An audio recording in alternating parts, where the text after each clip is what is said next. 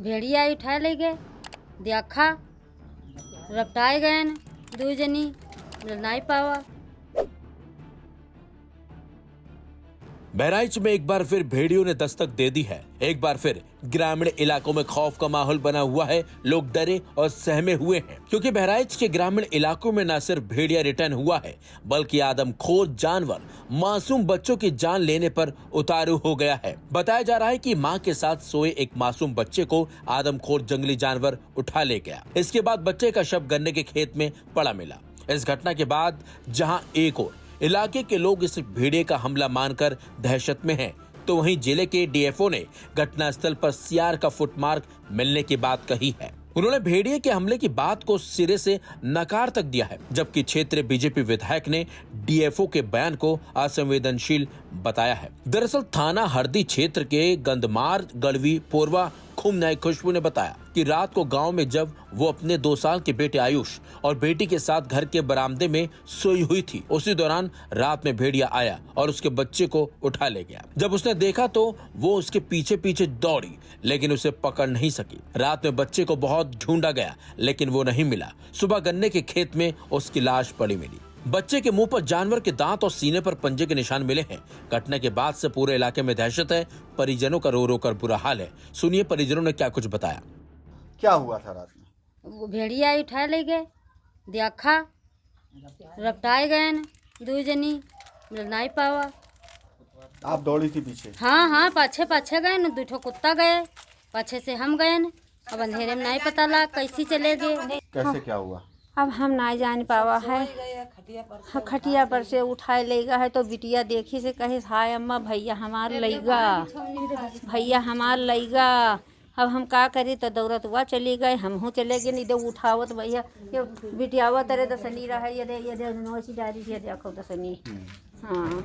DFO Ajit Singh ने बताया कि घटनास्थल से उन्हें जो पैरों के निशान मिले हैं वो सियार के हैं। वहीं जब उनकी टीम ने ड्रोन से तस्वीरें ली तो क्षेत्र में 2 सियार भी नजर आए। सुनिए अजीत सिंह का पूरा बयान। गदामाद में जो महसी तहसील में पड़ता है वहाँ पर एक 2 वर्ष का बच्चा जिसका नाम आयुष था अपने ननिहाल में आया था। उसको सूचना मिली कि उसको रात में 12 से 1 बजे के बीच में कोई जानवर उठा ले गया। हमारी टीम तत्काल पहुंची, उसका सर्च ऑपरेशन चलाया। सुबह बॉडी रिकवर हुई और बच्चा मृत था। उसको पोस्टमार्टम के लिए भेज दिया गया। हम लोगों ने चारों तरफ सर्च अभियान चलाया कि किस जानवर के द्वारा यह घटना कारित हो सकती है। बॉडी से जिस गन्ने की तरफ वो लोगों ने भागते हुए देखा है जानवर को, उधर सियार के पगचिन्ह मिले थे और गन्ने के खेत में भी बाड़ी से लगभग 250-300 मीटर दूरी पर सियार दिखे भी, 2 सियार दिखे हैं। वहीं इस घटना के बाद क्षेत्रीय बीजेपी विधायक सुरेश्वर सिंह ने भी मौके पर पहुंचकर घटनास्थल का दौरा किया। इस दौरान उन्होंने वन विभाग के अधिकारियों को फटकार तक लगाई और कहा कि अगर डीएफओ का बच्चा होता तो क्या होता। जब भी घटना घटती है, अजीत सिंह डीएफओ हैं, यहाँ पे एसडीओ हैं, डीएफओ का चार्ज उनको मिला हुआ है और जैसे घटना घटती है उनको ये ज्ञान प्राप्त हो जाता है कि सियार ने खाया है। अगर सियार ने खाया तो 5 भेड़िए पकड़ करके गोरखपुर और अन्य चिड़ियाघरों में कैसे गए। अगर सियार ने खाया तो 10 मृतक को और अन्य घायलों को मुआवजा कैसे दिया गया। और बिना कहीं देखे हुए, बिना किसी से पूछताछ किए हुए घटना स्थल पर अजीत सिंह का पहुंचना और उनके रेंजरों का पहुंचना और ये कह देना कि सियार ने खाया है। लोग इतने आक्रोश में हैं कि मुझको तो लगता है कि अगर कहीं दोबारा घटना हो गई, और घटना होगी ही होगी। गत वर्ष तो जब पानी भर गया था तब घटनाएं शुरू हुई थी, तभी इनका कार्यकाल होता है इनके पागल होने का। अब की तो 2 महीने 3 महीने पहले से घटनाएं शुरू हुई हैं और जैसे ही नदी में पानी भरेगा ये उसका लाभ उठा करके, गन्ना बड़े होंगे, फसल बड़ी होगी, उसका लाभ उठा करके और मासूम की खाने का काम करेंगे, बड़े लोगों को वहीं पर मार करके छोड़ने का काम करेंगे। अगर सरकार ने इस पे कोई शीघ्र निर्णय न लिया, कोई अच्छा अधिकारी, अच्छा रेंजर या अच्छा डीएफओ यहाँ पर पोस्ट नहीं हुआ, तो अब की घटनाएं बढ़ेंगी तो उसको संभाल पाना मुश्किल होगा।